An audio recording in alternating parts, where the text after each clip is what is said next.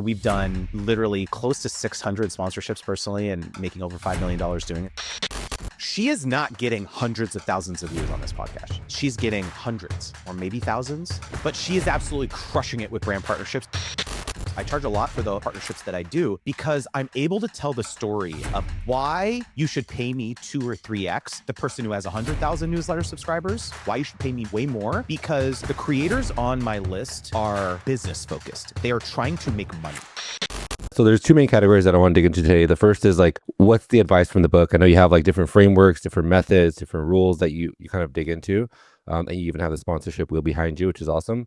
And then the second category that I want to talk about is like, how does this play into like your business? Because it seems like you have a couple of things going. So the first main overarching question that everybody comes to you is like, hey, Justin, I'm a creator. I want to maximize my earnings. Like, what do I do? Any like quick advice or even like deeper advice that you could just dig into?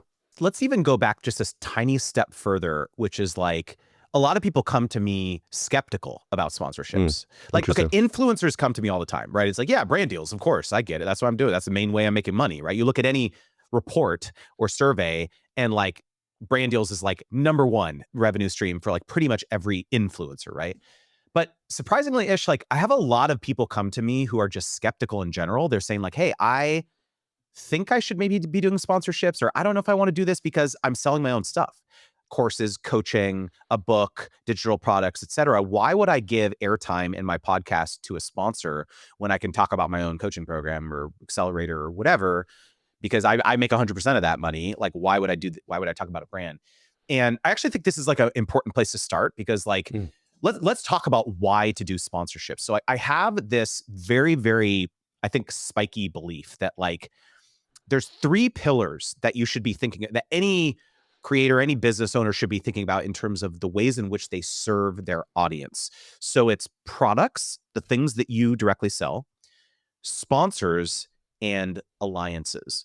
So most people are very comfortable. A lot of people are very comfortable with the product stuff, right? Yeah, I'm selling stuff all day long. But it's very narcissistic actually to think that the only way in which I can serve my clients or my viewers or my audience is with the things that I directly sell. Like, you're not going to make a SaaS for this. You're not going to help. And so one of the big exercises that I encourage people to do is something called a psychographic research study, where I'm actually going to learn more about my audience or my customers to see what's going on in their life. What types of jobs do they have? Are they married? Do they have kids? What's keeping them up at night? What types of brands and products and services are you using and loving right now? What types of people would you like to see me collaborate with in this industry and why? Is there anything that you wish that I offered in my business that I don't and why? So you start getting much deeper texture into like all the different things that are challenging your audience and your customers. And so many interesting insights come from this, dude. So for example, like I had a client who did this exercise and she thought that her audience was filled exclusively with online entrepreneurs. That was like her ICP, her persona. And she did this exercise and it turned out that a huge percentage of her audience had brick and mortar stores. And she had no idea that this was, and they were saying that they were having issues with retention, employee retention. And that was not her specialty. That's not something she really focused on a lot in her content or whatever. But she was like, you know what? I should probably go out there and forge a deal with, a training, a HR training company or recruitment company, Indeed.com, a local recruiting platform in this area that I operate in or whatever. I'm never going to make a product for that. I'm never going to make a training program for that, but I better go out there and solicit these partnerships and get this in front of my audience because they're saying that this is like the most active issue in their business. And so that's the sponsors. And then this final bucket of alliances is one that is most probably the scariest for people, which is like, what happens when your audience says, well, I'm working, I'm a solopreneur, brick and mortar location, but I have terrible work-life balance. My relationships are suffering. My marriage is crumbling. My friendships, because I'm not balancing my personal life. Are you going to ever make a coaching program or boot camp for that? Probably not. No. But you have your friend who has an amazing program, who's a coach for that, a marriage family therapist or whatever it is. Let me get their offer in front of my audience. And so this is the big unlock, which is that it's not about you. It's not about you maximizing the amount of money possible. It's about serving your audience. And guess what? When they finally feel as though they're in a place in their life and their business where they're ready to invest in Ish's services or his course or his coaching or whatever, because their personal life is so much better. They trust you so much more because you were the person that introduced them to your friend. And so I believe that, of course, I'm the sponsorship guy. That's my whole shtick, right? But like, I think it's this three-legged stool. You have to have all of these components, your products, your sponsors, and alliances. And the buried lead in all this is that you'll actually make more money in the end if you take this approach.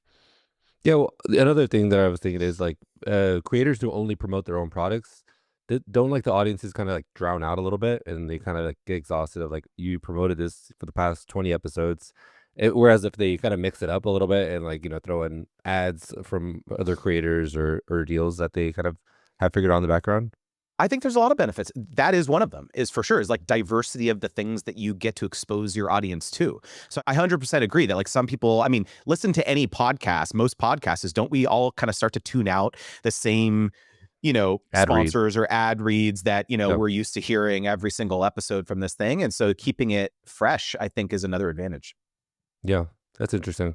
And okay, so like let's say I'm a small creator. I think the bigger creators, people can kind of like roll their eyes when they say like, oh yeah, of course they're making a ton of money, like Ilya Abdal and all these really awesome people that have huge audiences, huge teams, and they kind of like, put their name out there for years and maybe even a decade.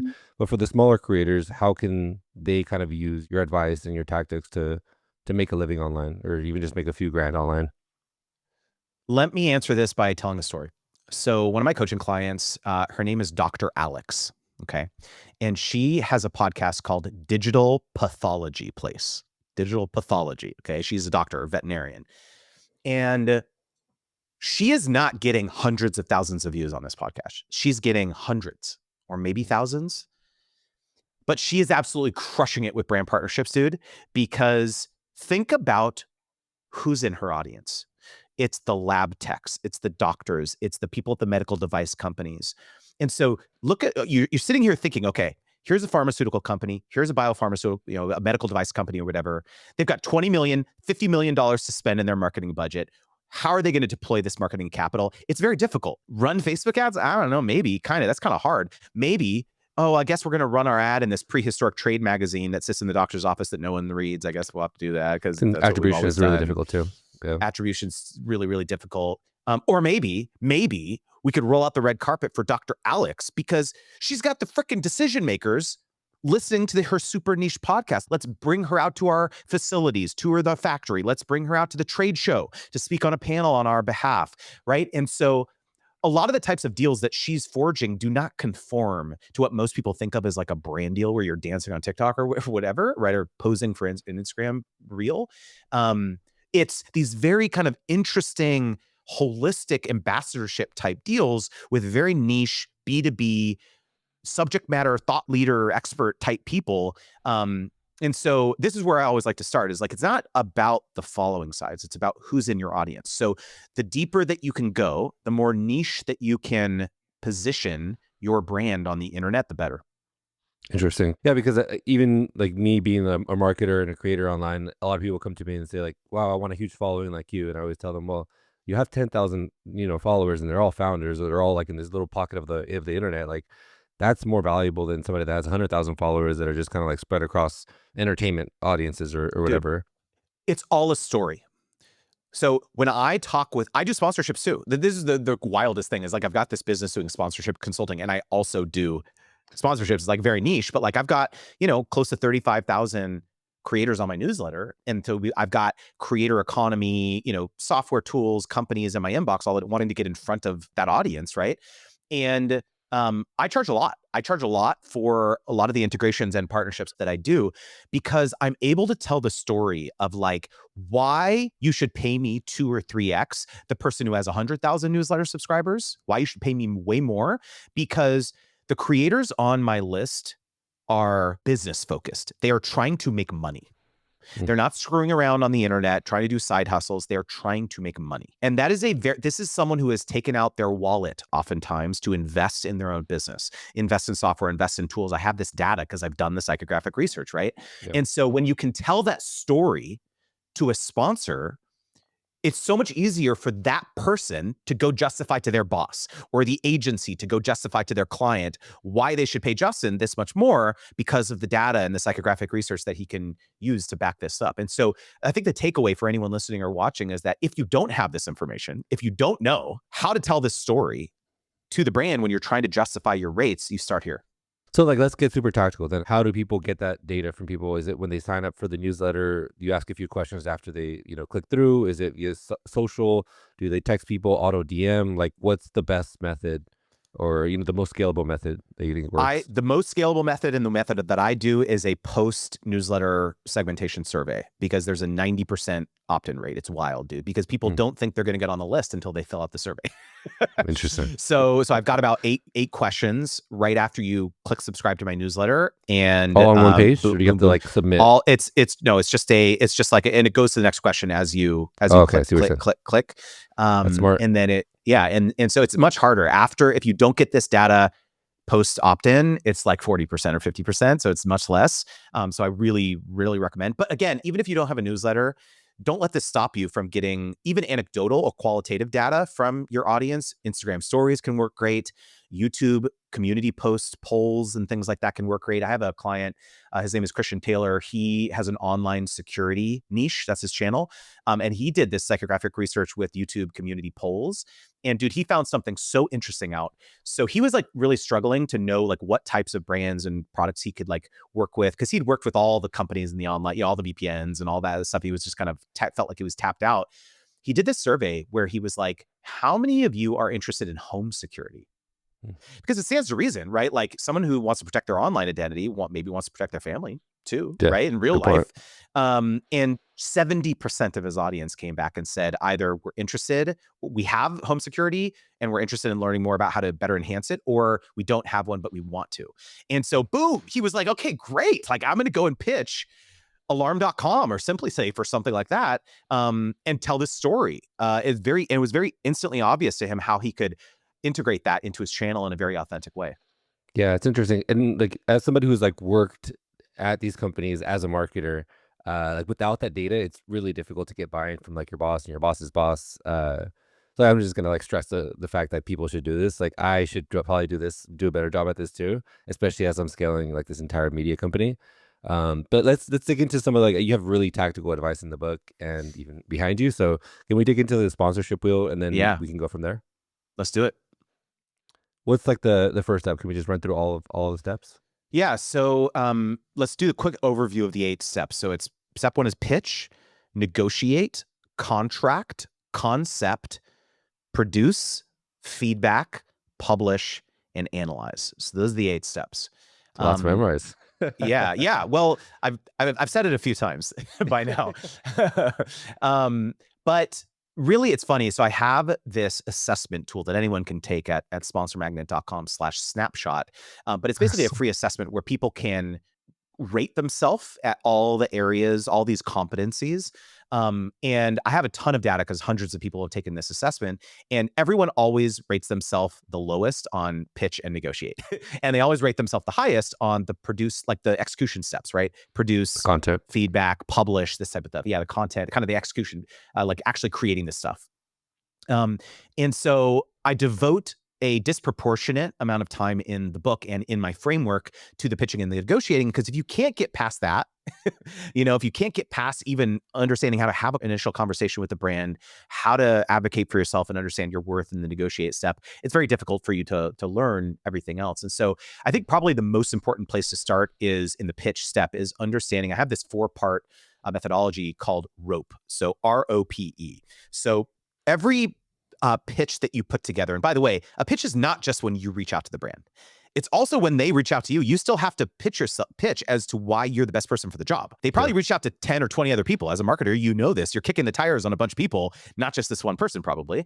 And so you can't just mail it in, right? And so the understanding how to craft a pitch that brands will understand why they need to pay you is really critical. So R stands for relevant. So your pitch has to be relevant to a campaign that the brand is either currently running or has run in the past. O stands for organic, meaning that you can tie your pitch back to work that you've already published that illustrates that your audience has an affinity for their brand or their product. Not that you do. Brand doesn't care whether you've loved them for 3 years and use their product. They don't care. That's what everyone says. Does your audience have an affinity? P stands for proof, so you can show how you've helped others achieve results. And E stands for easy to execute, when they say, yeah, this is actually kind of interesting. So I'm calling kind of an audible here on you, Ish, but let's put together a rope pitch for your podcast for Cool. Internet Empires. Let's get a sponsor for you. What do you think? Yeah, let's do it. I love that. Okay, so give me a list of, short list of dream brands or companies that you think would be perfect fit to sponsor. Obviously, the better exercise would be doing the psychographic research, right? And using your audience's answers to inform this. But let's just make some assumptions here. After digging into your Instagram and your LinkedIn and the book last night at 10:48 p.m., I actually wrote a list out just in case. Oh, let's go. Let's go. All right. So some brands that I like is like, that I think are also aligned with my audience is like Stan Store, Ramp, WeWork, LinkedIn, Riverside, this app that we're using now, maybe Spotify, Beehive. So apps and tools and software that help creators or people build an online presence, monetize their audience, or just thrive online in general. Love it. Okay, so while you're talking, I am pulling up, if it's okay, I'm going to share my screen here, and we're just gonna we're gonna do some real time coaching consulting here. What do you think? Sounds great to me. All right, Ish. So while you were talking, I pulled up Ramp's website. This is one of the first places that I want to see is like, what are the types of things that they're promoting? What are they talking about above the fold? What's the copy? What's the CTA on the button? Is there a banner at the top here of some new feature that they've launched or something like that? Right now, I'm not seeing a ton of like special things that they're doing. Their headline is business cards that provide spend visibility and control with accounting integrations that will make you love your ERP again. This is interesting as a subhead. We can talk about this.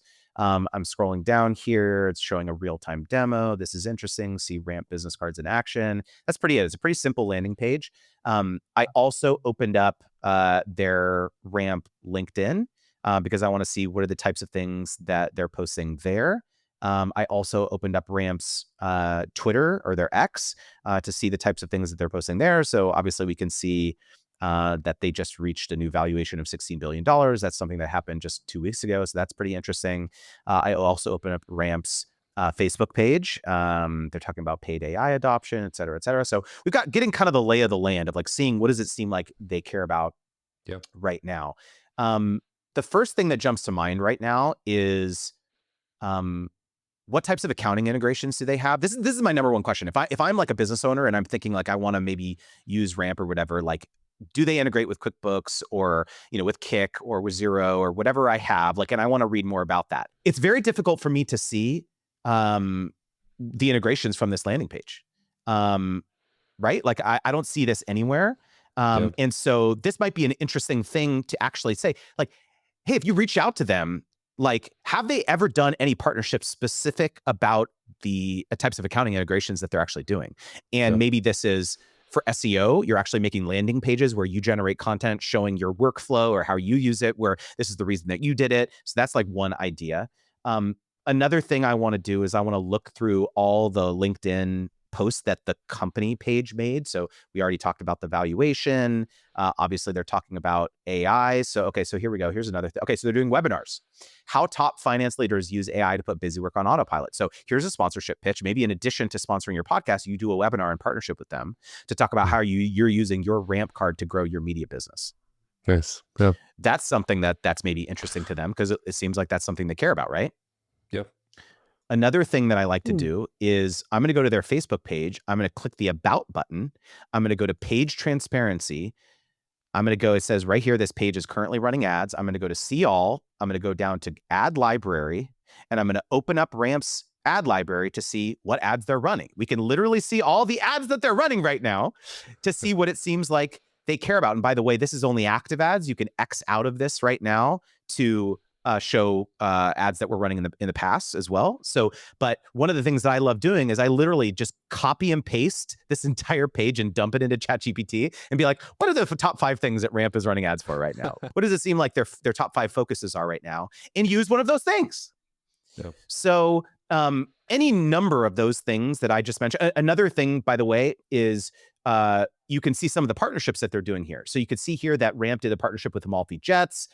Anytime they do some sort of like, it's called like an allow listing campaign or boosting campaign, where you could see here Alexis Gay did some posts for Ramp, and they're actually boosting that or amplifying that. And so it seems like they care about this as a strategy. And so you could literally watch all the creative. You could watch all the ads that they did in partnership with Alexis, and you can reach out and say, hey, I saw this awesome partnership that you're doing with Alexis. You're talking about XYZ. I would love to further amplify that in the following ways. So you're not really reinventing the wheel here, dude, right? You're taking what you know it seems like is working for them. They're literally just started running this ad like time of recording yesterday. And you use that. And that's what's in the subject line, by the way. So going back to the rope method, right? We've got ROPE. The relevancy is, Alexis Gay amplified campaign, ? Right? That's the subject that for line. Sure. They're clicking that for sure, right? Because that's what they're doing. And then the first sentence is exactly that. What I just said, it's like, hey, I saw you're doing this deal, this partnership with her, talking about these messaging. That's amazing. You switch to the O, the organic part. I also have been talking about my frustrations or struggles or whatever with managing my finances as I grow this media company. And then you link an episode of the podcast where you talk about this. And by the way, if you don't have an episode of the podcast where you talk about this, make one before you pitch them. Yeah. and it's not like it's not going to serve your listeners or your audience. That's still going to be a useful episode, but it's going to serve a double purpose when you pitch Ramp in a month, right? Then get down to P. Right after the organic, you say, okay, here's exactly what I would love to do for you.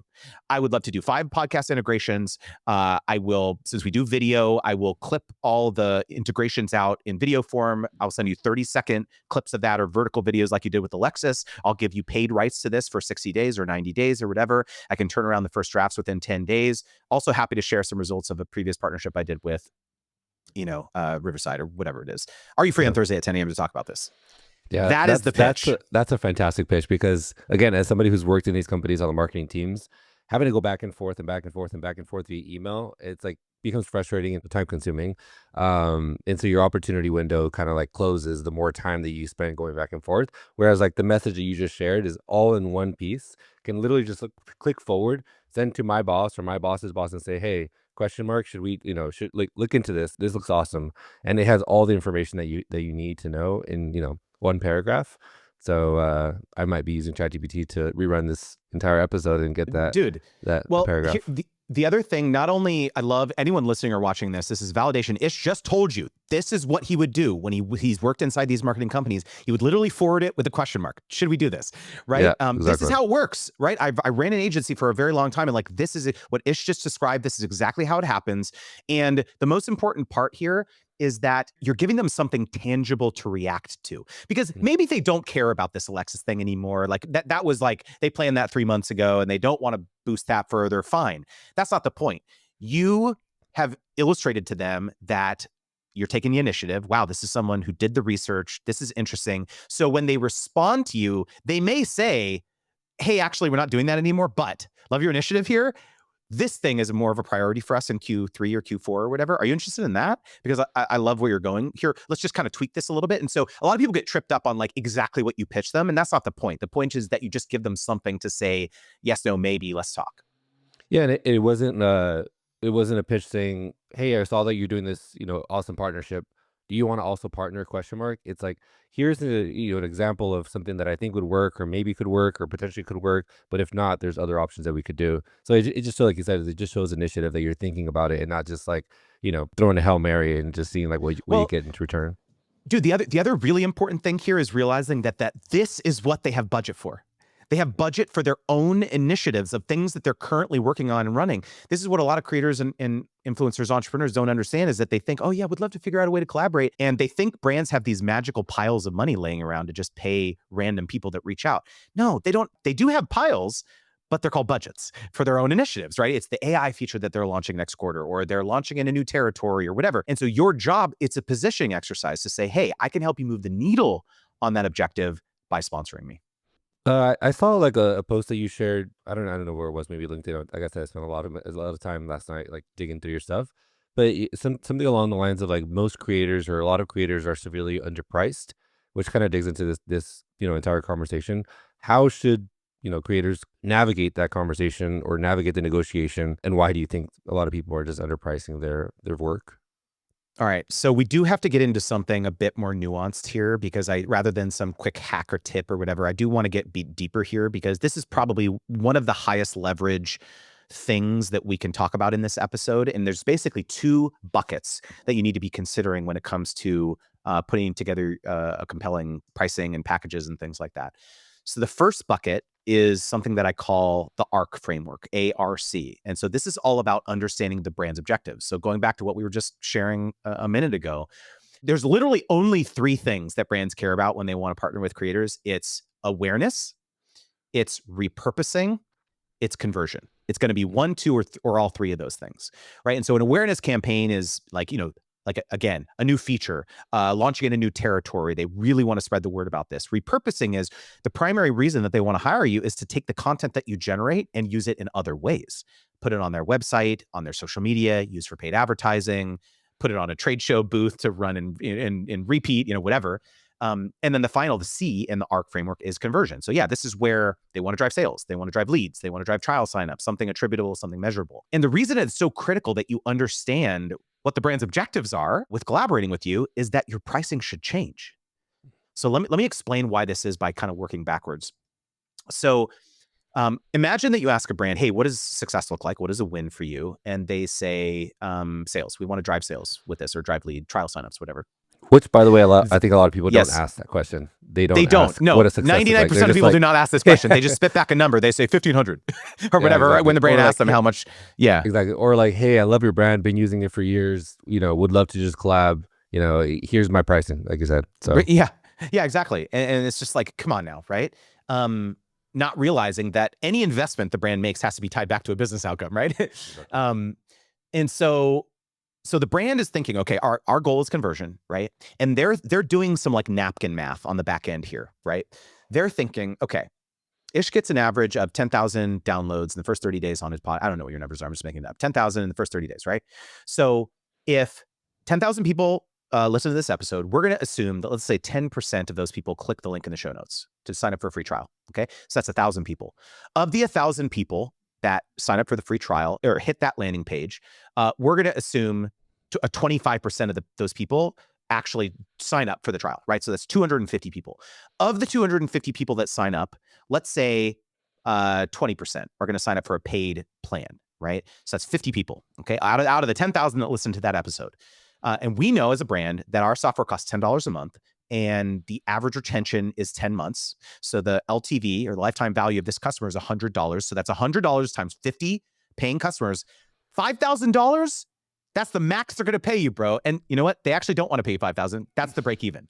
The whole reason that they're doing influencer marketing is to turn a profit, right? And so they want to pay you half, a third, a fourth, maybe less, depending on their risk tolerance. And so every brand with a conversion focus has a CPA, or a cost per acquisition, that they're beholden to from their boss or their client if it's an agency, and they can't exceed that. And so this is why it's so difficult to negotiate with the brand that has a conversion focused goal, because of this math that they can't exceed. Contrast that with an awareness campaign where the brand says, you know what, we really just want to, like I was negotiating with a sponsor the other day, and I was asking them their goal about, working together. And they said, you know what, anytime people hear the word membership, we want them to think of our brand. We want them to associate our brand with that word. That is an awareness campaign. That is a campaign that's going to, and so what I am going to tactically propose or execute, the way in which I'm going to tactically execute that campaign is going to be totally different, right? Because like this person's, your contact, their boss is not breathing down their neck and being like, how many leads or how many sales do we do, clicks do we download? It's like, no, it's like, is there a brand lift? Is there a boost? Are we able to do some surveys to see, positive brand association? Could we run some ads on Meta to see if there was a lift around these episodes? Like, so it's a very, very different set of KPIs. It's awareness, it's impressions, it's engagement, it's comments. It's like a very different set of metrics that you're going to measure, depending on conversion. So this is so high leverage for you to ask what a win would look like, because your negotiating leverage skyrockets in an awareness campaign. Real quickly, let's touch on repurposing. If the brand says content, we're excited getting content from you. Like, our blog sucks, or we don't, we want to repurpose it on YouTube, or like whatever, we want to run ads with it. If they came inbound asking for how much for a YouTube integration, and you ask them that, and that's what they say, you better not come back and be like, okay, well, great, it's $5,000 for a YouTube video. They just told you that's not what they care about. Yeah. They told you they want to repurpose your content. So your pitch to them should be, oh, well, knowing that that's your goal, I can actually create 5 30-second videos for you that I don't even post. I can vary the hook. I can vary the calls to action. You can throw those all into the Meta or TikTok ads black box, see which ones perform best. It's going to be 5 times as much. But like, that's what you said your goal is. So the beautiful part about that is that the amount that you could charge is completely detached from how many views you're getting on your videos or how many subscribers you have. So this is so high leverage, dude, is like understanding the brand's goals. Okay, so this is 50% of it. Okay, I know that was a lot. That was 50% of it. The other bucket is something that I call the do rule. So deliverables, usage rights, exclusivity. This is understanding and scoping what do they actually want you to do for them, quantity of content, type of content, and what do they want to do with it? And are they saying that you cannot work with any of their competitors for a certain duration? Because that's an opportunity cost, like money out of your pocket if you can't do that. And so it's these two things together, and we can go more detail into it if necessary, but like, this is what you should be considering. I think that's pretty important, because before digging into some of your content, I didn't even realize that was a thing. It's like you should put a 60-day window on your content or the negotiation that you're doing with this partnership, versus having it be a perpetuity that they could use the 60-second video that you created. Do a lot of creators kind of screw up there? Like, they just look over the fine print or don't even really care, and then next thing you know, their video is just like running for years. Dude, this is a way back story, but when my wife and I were first starting out, she had a clothing brand that reached out to her, and they were like, we will give you $2,000 in free clothing credit in exchange for making some content. And we were like, yeah, let's go. Or my wife was like, free wardrobe, like, new wardrobe, let's go. And well, especially when you're just starting out, right? You're like, yeah, dude, so exactly. Awesome we were totally like young, no money. We were in our early 20s. We were living literally in a studio apartment at that time. And so $2,000 of clothing, let's go. And sent over a document, like a little contract or whatever. Totally didn't read it because they were like, yeah, it's probably fine. And a couple months later, we were watching TV, and an ad comes on for the brand using my wife's YouTube footage. No way. And we turned to each other and we were like, did we grant the brand the rights to do that? We went back to the contract. Sure enough, signed away broadcast TV rights. So like, this stuff matters, dude. Like, people don't think that, like, imagine if the brand could use your name and likeness to run ads forever. What happens if you blow up all of a sudden and you're like a very well-known person? What happens if you want to work with a competitor down the line, and this other initial brand is like running constantly massive ads with your name and likeness? Still seems like you kind of have an active partnership with them, even if this other brand wants to work with you. So it's very fraught. Like, there's a lot of these, again, going back to the book of why I like wrote it, is like to help kind of educate the next generation of like, there's these really kind of easy gotchas that you can avoid if you just educate yourself. Are there any others like that you can kind of save people right now in this episode? Yeah, 100%, dude. I mean, confining the exclusivity category is a big one too. So like, a lot of times brands will try to say, hey, you can't work with any of our competitors for like 90 days or whatever, but the category is very broad. It's like, imagine Samsung and you're doing a smartphone deal with them or something. They say, you can't work with any competitors of Samsung. Well, Samsung makes fridges. They make microwaves, right? Does that mean that you can't work with any of those brands? Like, probably not, right? Probably want to confine it to just the category of the product type that you're talking about. Those things are totally up for negotiation. I think a lot of people think that the only lever that they have is price or their rate, when in reality, there's all these other things that you can negotiate. Another one, a big one, is like usage rights, right? Is what are the types of usage rights that you're going to allow? There's three main types, right? You've got licensing, which is letting the brand use the content on their O&O, which is their owned and operated platforms, their social handles, et cetera. Amplification, which is they're going to take the content that you natively post on your platforms and boost it. And then there's dark posts, which is where you do generate the content.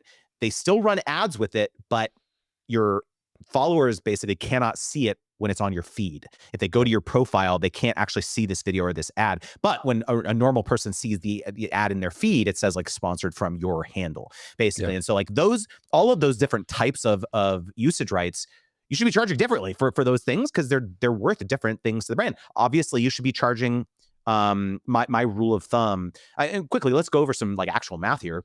Yeah. For licensing, what I say is it should be 15% of the base deal size per 30-day period. So if they're paying you $10,000 for the deal, that should be an incremental $1,500 a month on top of the 10 grand for the content per 30-day period. For amplification, that should be more like 25%. So that's an additional $2,500 a month. What you'll see is that like if the brand wants, let's say 6 months of rights, all of a sudden you're making 15 grand on rights versus 10 grand for the content creation. This blows a lot of people's minds. Like a lot of times they don't realize like, hey, in order to make 10 times more on this deal, you don't have to do 10 times the amount of work. Oftentimes it requires just a bit of thoughtfulness in terms of some of these other ancillary components of the deal.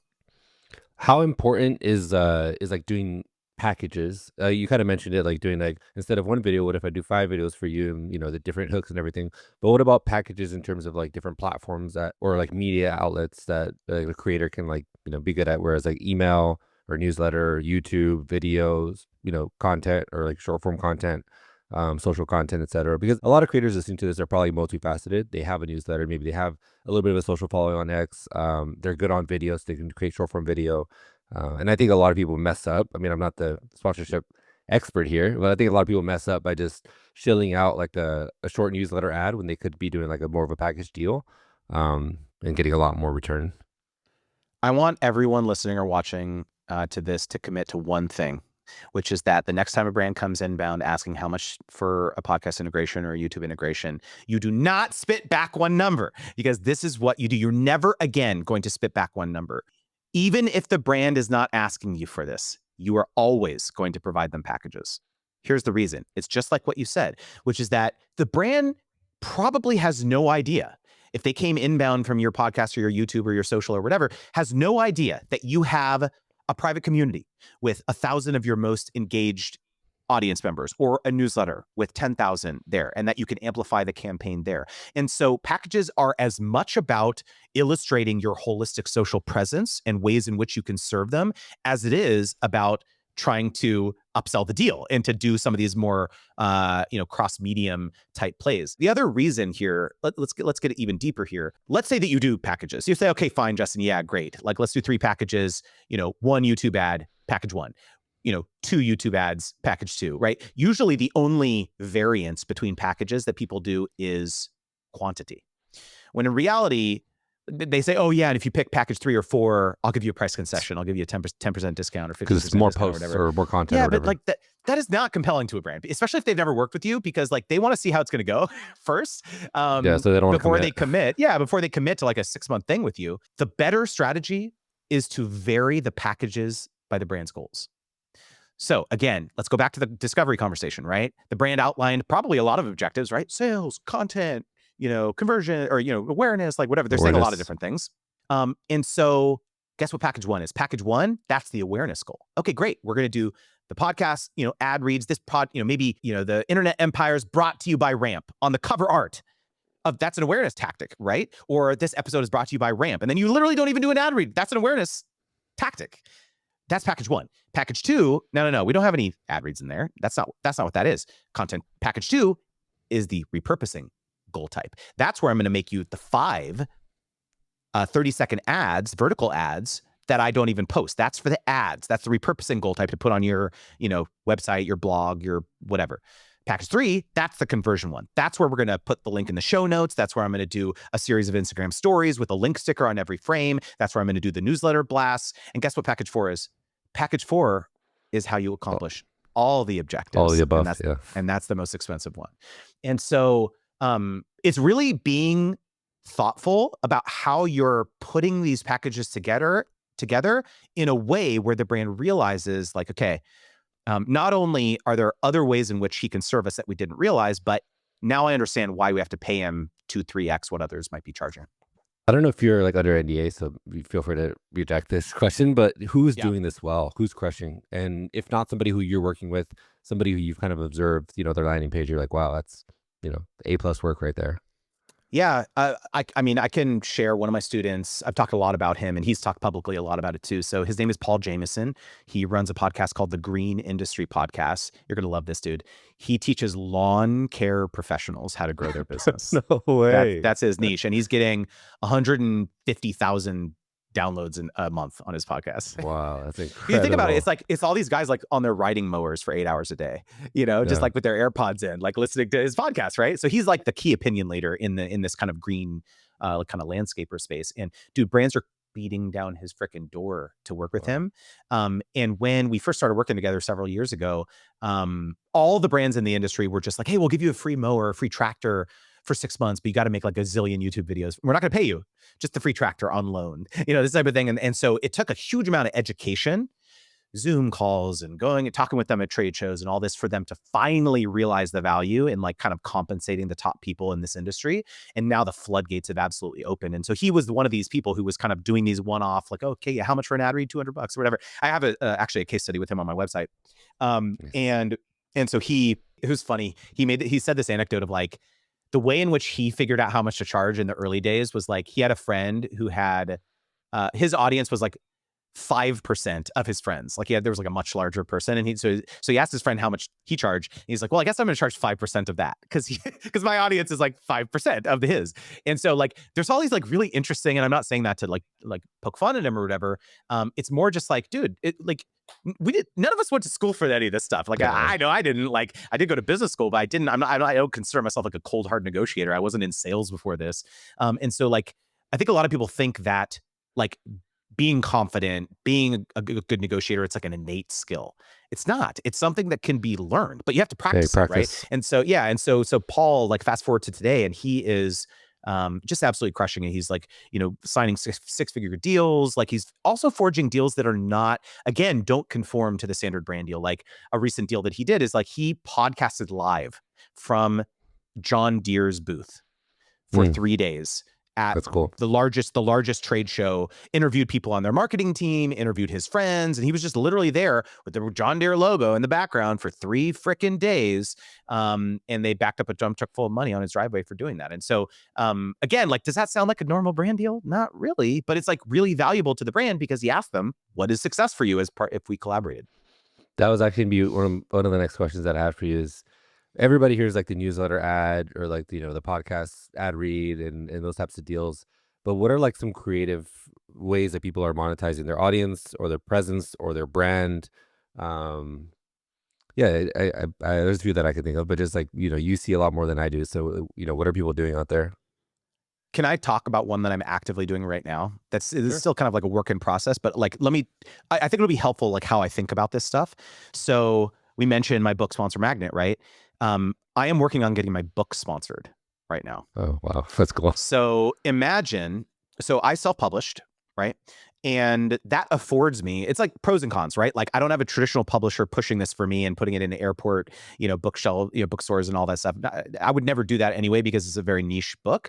But like, because I have self-published, it's like obviously a harder hill to climb, but like I'm scratching and clawing to get this in the hands of as many freaking people as possible, right? And so, obviously, I can exhaust my audience. I can go on podcasts. I can do all that. And that's great. That's all good and well. I'm almost at 5,000 books because of that. But what is going to be what's going to unlock the next step function of books for me? Well, you know what? For me, what I'm thinking about doing, what about the Kit edition of Sponsor Magnet? Right? Kit is the email marketing platform that I use. By the way, I have not forged the deal with Kit, but if you're listening, you should like hit me up. But like, imagine, right? We get a custom version, a limited edition cover of the book with their logo and everything, right? A foreword to the book written by Nathan Barry, who's the CEO, talking about why having an email newsletter is so valuable to upsell and cross-sell your sponsorships, right? There's a flat sponsorship to do this limited edition from them. There's a royalty per book that they print these special editions. They hand this out in the swag bag at their conference. Anytime they're exhibiting at sponsoring another conference, and you have it as a takeaway at their booth. It showcases their advocacy for the creator economy.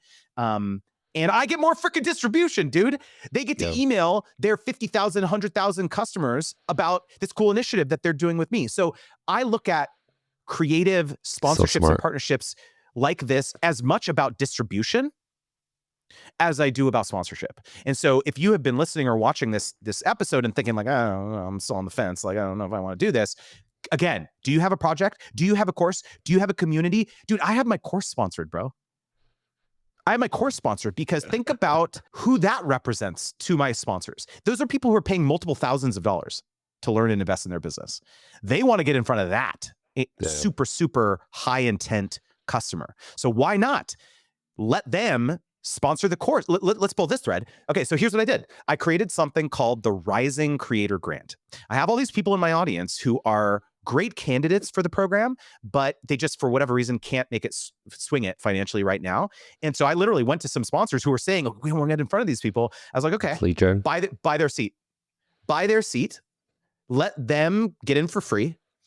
I'm going to give you a bunch of love on social media because you're supporting them.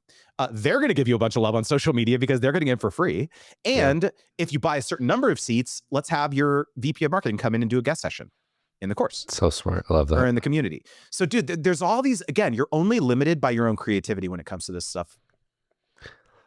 Okay, I know we only have a few minutes left, but like, how the hell did you get into all this? And, you know, how did you become the sponsorship guy? I did a little bit of research and I saw that you and your wife, you know, have like a YouTube presence, really, really awesome over there. And so like you kind of are like a semi-creator, retired creator almost in a way. And then now you're showing creators how to make the living online. But like, why and how did you get into this? Maybe we can dig into your business as well. Yeah. So the short answer is on the heels of a colossal failure, actually. So as you mentioned, I've been a creator kind of in the trenches doing hundreds of deals with my wife since 2009. That's when she started her first channel. And so we've done literally close to 600 sponsorships personally and making over $5 million doing it. So it's like been a really big revenue stream for us over the years. But in 2015, I launched an influencer marketing agency to get deals for other creators. And so this is really what afforded me a very different perspective where I was now kind of in the boardrooms with these brands and these agents, these other like media agencies, PR agencies, and they're saying, hey, Justin, we want to spend $1 million across 200 people, not just, hey, we want to pay you and your wife 5K, 10K or whatever. Hey, Justin, what should the strategy be? What platform should we be activating on? What types of people should we be working with? And oh, thanks for sending your recommendations. Never show us those 5 people again, because we're never going to work with them for the following reasons. Something that they would never say to a creator's face, obviously, but it afforded me this really interesting perspective of like actually what's going on behind the scenes, you know? And so what happened was that the agency was going really well, and then the pandemic happened and it crushed the business. I had to lay off all my employees. It was like, dude, it was seriously the lowest point of my life, personally, emotionally, professionally. I did not know like what my next act was going to be, or even if there was going to be another act. And so in the ashes of that failure, this is when I started thinking about this really interesting perspective where I've, again, been a creator in the trenches for many years, but also have kind of seen the other side of it now. And I literally just started making YouTube videos, dude. I never thought like, oh, this is gonna be my new business. I didn't know what the business was because again, like our model, our coaching business is not, we're not managers. We're not agents. We're not brokers. We do not take a cut of your deals. We coach you for a flat investment per year and you keep everything. And so that again, that model hadn't come to me yet for several years. It was more just like, let me be helpful. Let me make some YouTube videos. And this is really what led down the whole path of like starting to do coaching and have a course because people started asking me. And I was like, I guess I'm going to go binge Amy Porterfield's podcast because I have no idea what I'm doing. And so, you know, really most of the time I feel like I have no idea what I'm doing. I'm just kind of learning it on the fly. It's really smart. I'm sure you read this. I think it was like a newsletter edition by Nathan Barry. It's called like the, I think, $1 Billion Creator. And he talks about, I think it was this one where he talks about like, there's different stages of like the creator journey. And on the left side is like more one-to-one, like you have a, you know, basically a job as a creator almost. And all the way on the right side is the most scalable, viable option that you can go, which is, you know, using YouTube or creating a course or creating a SaaS product that scales you, your productized service to potentially millions of people around the world. And I see like that progression in your career is like you were the creator and then you were transitioned to doing like this service for other creators, which is only scalable to a certain point, right? You only have so many hours in the day. And then now you're transitioning to like a different point where you still are kind of servicing and working directly with creators, but you have the book that scales infinitely. You have the content online, you're scaling your personal brand. So maybe we could just share, like, you've touched on it a little bit, but highlighted the different aspects of your business and your brand and, you know, how you do it all. Yeah, so the kind of offer ladder or the funnel or whatever has evolved significantly over the last 5 years that I've been building Creator Wizard. But yeah, it started as one-on-one coaching. Then that evolved into a cohort-based course called Brand Deal Wizard that I ran for 11 cohorts over 4 years, basically. And that was really what most people knew me from, was this cohort-based course. Then I turned that cohort-based course into an on-demand course, so like you can binge Yes. it at your leisure. Then on the heels of the success of the course, a lot of the alumni started asking for ongoing support, which was like, hey, this was great, learned a lot, but this brand just emailed me and I don't know what to say to them. I don't know how much to charge for this type of thing. So I started the coaching program. And critically, the coaching program is fully asynchronous. So I designed it very much from a life design perspective first. I was just like, which I love, by the way. Yeah, what do I enjoy doing? Like, I don't enjoy being on Zoom calls all day long. Like, I enjoy helping people, but in a scalable way, like kind of more like a one-to-many thing. And you don't want to be on call like directly like linked to 20 different creators via Slack 24/7 that they get you up in different time zones and just like be always stressed out all the time. Yeah, 100%. And so the offer was very clear. It was like, okay, you can post, depending on whether you're in our group support version or our private support version of the program, you could post at any time, any time zone, any day of the week or whatever. Coaching days are Tuesdays and Thursdays. That's when you can expect responses from our coaches. It's not just me anymore. I have coaches on my team. And it's been amazing. It's been so useful. And we have people getting 6-figure sponsorships regularly in there, and they're paying us either $3,000 a year for group or $10,000 a year for private. So it's like a hugely valuable ROI for, I think that they keep all the upside. And I love that, dude. Like that is the way it should be. And so I've been very vocal about like people. I believe that 99% of people should not have managers or agents or brokers. They should do it themselves. Literally my next question is, should creators have an agent? Like, should I have an agent out there, like, trying to get deals for me, and then they take what, 20%, or you don't even know what percentage cuts did it take? Dude, think about this. What is 25% of $5 million? That's how much we made over 10, 15 years. It's a lot of money. How much money is that? Yeah, it's like $1 million, right? It's a lot of money, right? Yeah. And so, yeah, in the moment, it seems fine. Oh, yeah, 25%. I wouldn't have had that deal anyway. Whatever, right? It's a logic.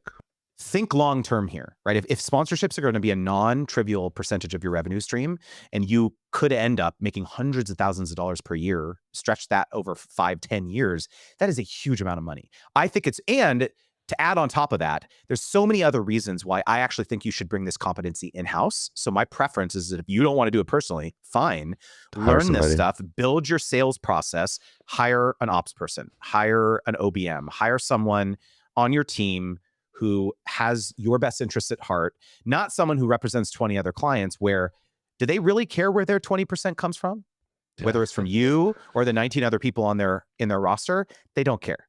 If you're not compensating them any sort of flat retainer, they have no incentive to like really go to battle for you. And I've seen this play out over and over and over. And you know what? It's funny. I was not talking about this for the first couple of years because I have so many friends who are agents and managers, and I basically called up all my close friends and I was like, okay, here's the deal. I'm sorry in advance.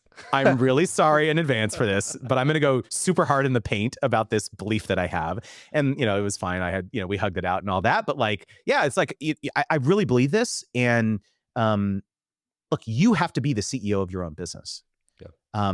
You should be head of sales, head of biz dev for a long time. By the way, I have people on my team who help me with this stuff. But critically, I am the person who gets brought in to close. So in the moment that the brand is like, okay, yeah, they're on the fence and let's get on a call, let's hammer out the final details. Great, I'm on that call. Let's talk. Let's do this. Because that's who they want to do the deal with. They don't want to talk with your manager, your ops person, or whatever. It's you. So just taking back this ownership is a huge unblock.